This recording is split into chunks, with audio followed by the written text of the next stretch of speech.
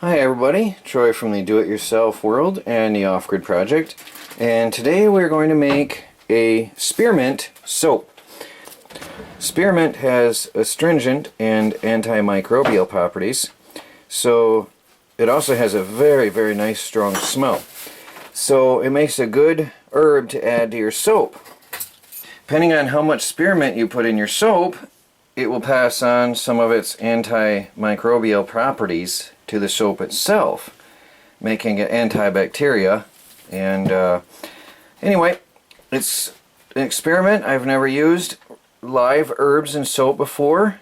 To date, I've only used essential oils, but I'm going to put the spearmint in a blender with the water that we would use. So I'm going to essentially make a spearmint tea in a blender, and then we're going to steep it and let that come back down to room temperature and use the spearmint tea in place of our plain water for the soap recipe. So let me get this going here. I'll be right back. Okay guys, I'm making a double batch of soap. Now for those of you who have not seen my soap making video in the past, go check out in the link in the description below and in the comments the links to my video and article, How to Make Simple Soap at Home. Now, I'm making the double batch, so I've got 15 ounces of water. We'll go into the blender.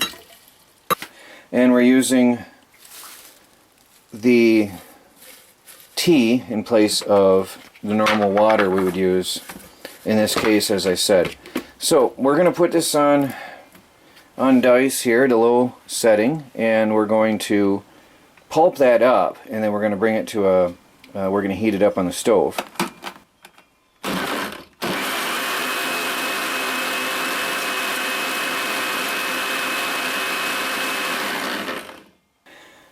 Now I won't bore you with the process, but I'm going to liquefy that pretty good so that the more of the mint is in the liquid. The more the better in this case, so we get all those essential oils and all the nutrients from that spearmint in the water.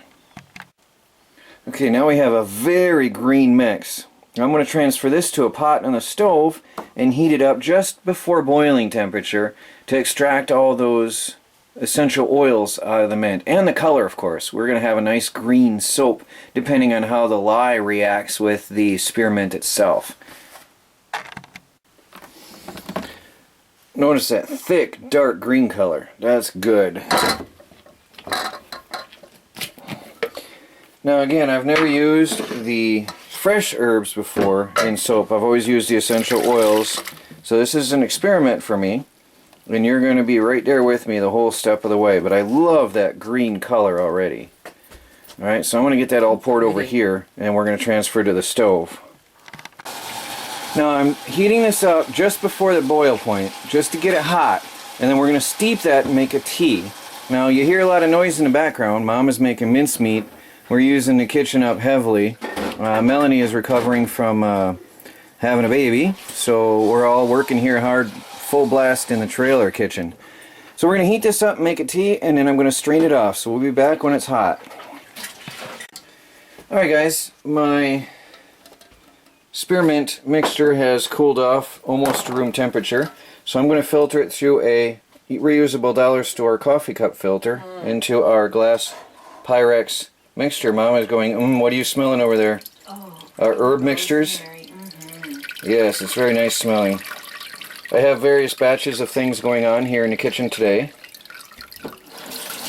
And there's a lot of herbs that settled in the bottom, which we don't need at this time for this recipe. What we want to do is filter off the liquids, and then I'll add to the fluid level to make our 15 ounces as needed for the soap. So this is obviously going to take a little time. I've got to stir that a little. So we're going to filter this through, taking out all the chunks. Now if you wanted, you could leave that in there, all the chunks. But the problem, the potential problem you could have, is that you could have a lot of stuff settling to the bottom of your soap, depending on how well you mix it and which process you use, the cold or the hot process. And I don't want to have to deal with that today. And also, I'm going to be using this for bathing, washing my hair and body. So I'd rather not have these green pieces of stuff, although it's really fine. I don't want to really have all the pieces of herbs in my my hair. So we're going to filter that out and use just the liquid and see what kind of a color it gives us here in the final soap. Okay, now I've got this down to a beautiful sludge here. See that? And most of the liquid is drained out. Now I'm going to top this back off to our 15 ounces that we need. I'm only down about an ounce, but I want to have the proper amount of liquids when we start out. Alright guys, I've got plain old vegetable oil we're going to use today for making our spearmint soap. And since I have my measuring cup sitting aside with the spearmint mixture, and I'm going to be putting lye in here in the next step, I want to get the soap going on, so I'm going to use a quart mason jar to measure my oil. So since I'm doing a double batch, and again check out the soap making video, I'm going to use 2 pints of oil in this recipe.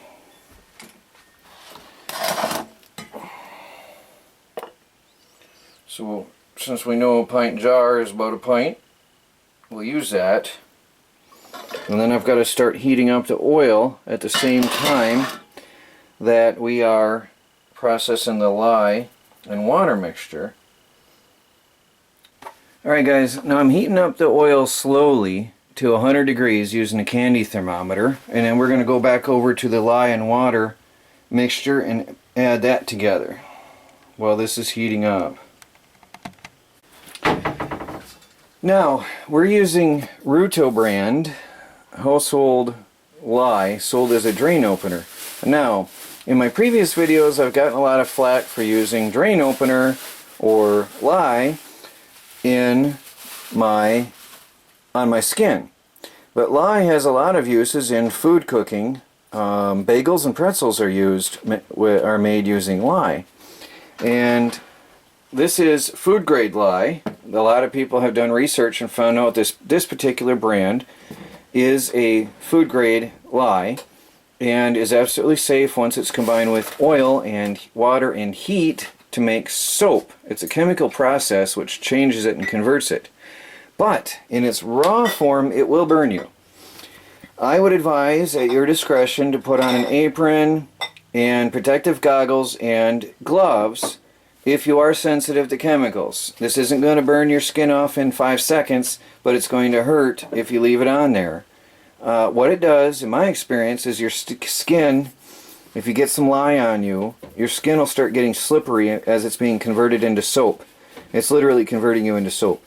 Not cool, but I have a high tolerance, so I'm just going to go ahead and do this. If I spill anything, I'll wipe it up. Just be prepared at your own discretion to be safe as you feel fit. And it can damage your clothes and burn holes in your clothes. So I'm letting you know the warnings and precautions before we proceed. And just so you know, I'm not going to wear gloves. Alright, I've got some paper towels on hand in case there are any spills.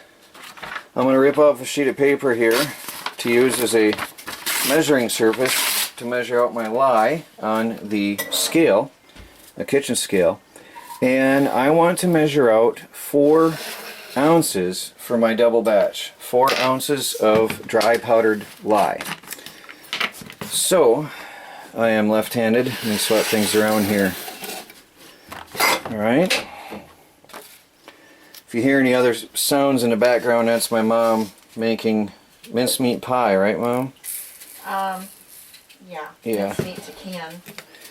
That doesn't even register on here. Give it a little folding, I guess, if you'd like, in the middle to make that not want to spill out so much. Now, the lye is immediately reacting with the humidity in the air. It's interesting to note it reacts immediately to moisture. It'll start to gum up a little bit on you. So we're making a double batch here.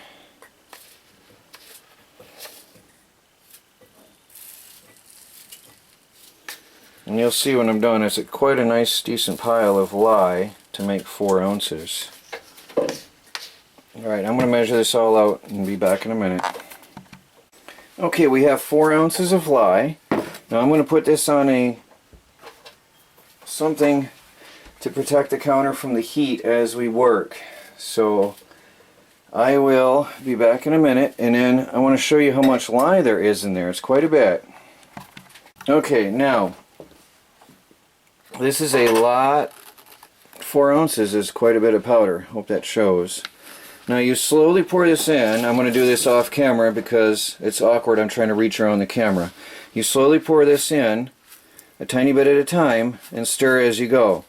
Do this in a well ventilated area because the lye is going to give off a very bad gas that is not good for you as it mixes in with the water. So I'm opening the window as we speak and opening it wide. We're going to have a good cross breeze in here. Mom, could you open that window please, wide, right next to you? Let those gases get out of the room as we go. Now this is going to get hot, and that's why I've got it on a wooden coffee coaster. So the lye is already clumping. So I'm going to slowly add a little bit at a time and stir this lye into the mixture here. I can already smell it giving off the gases. So we'll be back when it's done. Okay, now I've mixed all the lye with our tea, and we're turning a brownish color. The beautiful green color is turning a brownish color, which is what I thought may happen when you add lye to natural herbs. Funny things happen with your colors. So it'll be interesting to see. It's almost a green brown. It'll be interesting to see what color the final soap is. So now I'm gonna measure the temperature of that. I'm gonna wipe off my thermometer and see when that reaches 100 degrees, and the oil is already 100 degrees. Then we can put the lye into the oil. And it's already over 100 degrees, so we have to wait for this mixture to cool down a little bit. This is an awkward thing, a clip on this candy thermometer. Yeah, we're at 150 degrees, so I have to wait for this to cool down some before I can add it to the oil. So we'll be back in a few minutes here. I'm slowly adding my tea mixture and stirring it into the heated oil. Slowly add that in. And I don't know if you can see that on the camera, but you might see a few chunks of herbs in there yet, and that's great. That's fine. Now you can see the oil taking on a different sort of a shiny, slippery quality as I work. That's the lye working in the oil and converting it to soap. You start to get an immediate change in the color. Can you see that there? An immediate change in color and texture of the oil as soon as that starts to go in. Now I'm going to keep stirring for a few minutes here and mix it in thoroughly. Hey guys, after much time, the soap starts to take on a different appearance. Sort of a lighter, soupy looking appearance. As more and more of the oil is converted into soap, it has a more glossy look on top as well. Yeah, you're going to start getting some chunks of soap along the edges of the pan, and you'll start to get some foaming coming up here pretty soon. You're starting to see a little bit of it now. Make sure my flame is still on low. I've got the flame on really, really low here. If you hear some boiling, that's something else going on in the kitchen next to this pot, so don't disregard that. Anyway, just keep on stirring and stirring. So this can take some time, but keep on going, it'll start thickening up. Hey guys, I have transferred my spearmint soap mix into the wider pan. This is so much easier. This is my old pan from like years ago, And this is my favorite because I can vigorously stir in this pan without any stress of spilling so bad. It's just so much easier to use this pan. And the other one was very awkward. I don't know why, although it was deeper, I was spilling out too much. And my mom is helping us right now, assisting with Melanie and the baby at this time. And she is making mincemeat pie over in the side. Thank you, Mom. Well, so she needed the entire stovetop for canning. So I figured, okay, I'll just switch over to here. Now in this case, I don't know if you can see the darker middle where I'm swirling. The darker color is the herbal part of the mix. And then the lighter oil that hasn't been converted yet goes to the top. And I've got to really keep stirring this to mix it in well. So I'll see you in a while. It's going to take some time. Hey guys, time has passed. You can see it's getting a little bit different texture here as I stir. A little bit of foam, that's normal. As you stir it and heat it, it's going to get a little foam on the sides. Different color. The color is blended in better now. And I continue to stir and stir and stir. Vigorously stir. You could use a stick blender and make this process go much faster. Usually within 15 minutes. By hand, it could take 1 to 2 hours or more, depending on the situation and how big a batch and how vigorously you stir. So I'm going to keep stirring and I'll see you guys in a little bit here. I'm so happy I switched to this pan, guys. Look at that. You can see it's getting thicker. Soupy consistency now. See that? Looking better. And I'm just stirring and stirring and stirring, so I'll be back in a few minutes, or a while I should say. Alright guys, it's getting thicker. You can start seeing the swirl pattern stay behind as I stir it. Just starting to. You can see the little swirly on there. It still smells like spearmint, so that's a good thing. The minty smell stayed behind, which I'm very pleased. As I said, this was a total experiment using fresh herbs. I've never done it with the fresh herbs before, so I'm very pleased with the smell, and I'm sure then the antibacterial properties will be left behind as well, and all the benefits, because I put so much spearmint in it. Alright guys, you can see it leaving a trace behind when I'm stirring. We've almost got what's called trace. It's when it glops on there and hangs on there. It's just about, I like it a little bit thicker. For cold process, you could put this in the forms in a couple minutes here. I like it a little bit thicker. That's pretty much, see it sticks on there and glops on the spoon. A little bit more. Alright, I've got trace. When I hold it up, when I hold the spoon up, it sort of glops on and stays. And you can see the forms in the pan. It stays behind. I'm going to start spooning this into the little shaped forms, the fun forms. Look at that. Almost looks like caramel. It's pretty cool. Hope that shows up pretty good on the camera. So, yeah, that's good stuff right there. For the little fun forms, this is how I want it. Alright guys, I'm going to leave the heat on, but I'm going to start spooning this into the smaller forms. And this will start thickening up more and more as I go, and if there's some left, I'll put it into a larger form. Alright guys, I'm spooning it into the form. It's, I'm going to try to do this pretty quick, and I'll brush it off after I'm done. And then I've got to sort of tap it out to get the bubbles out. It got to be sort of quick, because it starts to cool off as soon as it goes into the forms, and then it'll start solidifying. And that's not beneficial. And I don't want any air bubbles in these cute little forms. These are more like your bath and guest soaps. So if you have a guest come over, you would give them one of these cute little formed soaps. Now any residual, I'll scoop off the top here carefully out of this form. Let me wiggle it. get any bubbles out of there. Oh, thank you. See, there's a couple bubbles coming out of there. We don't want any bubbles in there. Alright, try to scoop off any extra, and then we'll shake it again. This is sort of sloppy. And then I'll sort of shake it to level that off again. The little forms are sort of awkward, but they're fun forms, especially for your guests.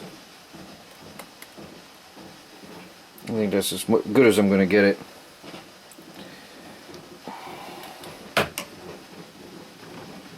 See, it's cold process. It's a little bit more liquid in this way. And I'm going to put a couple in here in the little star forms. Some soaps in a star pattern.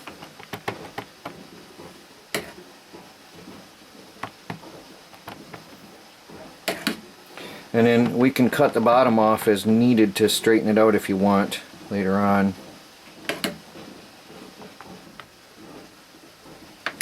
And shake that. Any bubbles out. Even that out some. I'm going to do some round ones here real quick. I'm going to use a bigger spoon. I've got to stir it up again. Now this is thickening as I go. Okay, the process continues on, so I've got to stir this up some more. It continues to thicken as we go, and I got to remix because there's different colors. I don't know if you see it in there. It separates out a little bit, so I've got to remix that in there. And then we'll pour it into these round forms. Mix that all back up. You got to keep it mixed as you go. This has got to be done really fast once you get down to it. The last minutes, it's thickening up. Now I've turned the heat off.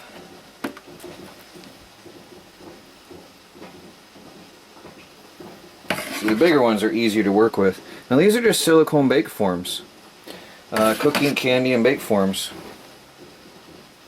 They work very good for soaps.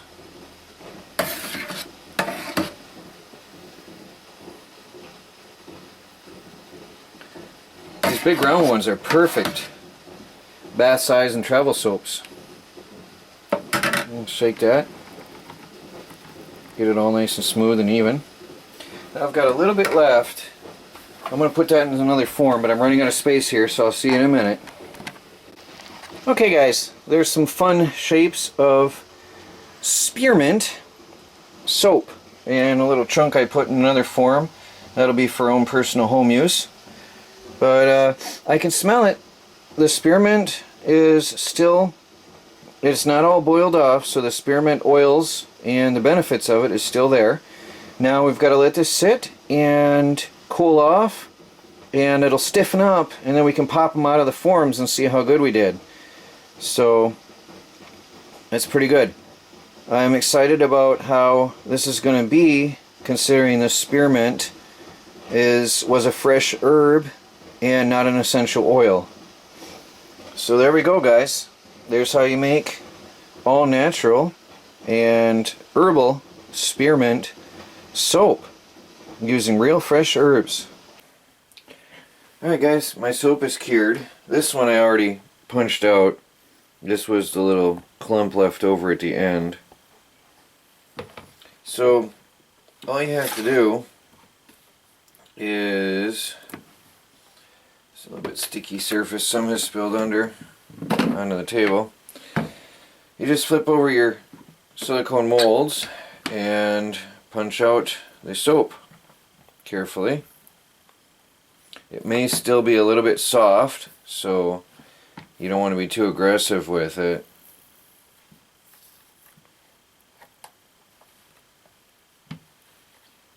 See, it's a little soft.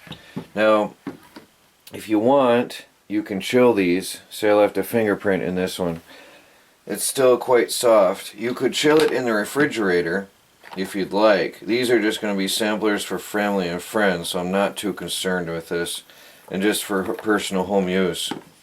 But you could chill it in the fridge for a while first, Or let it cure. If you're not in a hurry to use your molds, let it cure a little bit longer. Won't hurt a thing to leave it in the molds. It'll harden and solidify with time.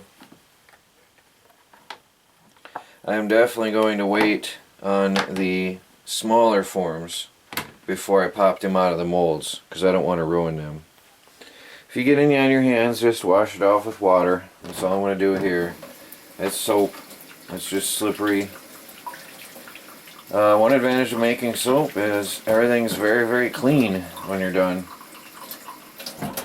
So that's it, guys. Homemade soap. This is spearmint soap made at home. All natural, and definitely has a lot of benefits over the commercial stuff. Troy from the Do-It-Yourself World and the Off-Grid Project. Check out my article. I'll have the link in the description and in the comments below. And thanks for watching.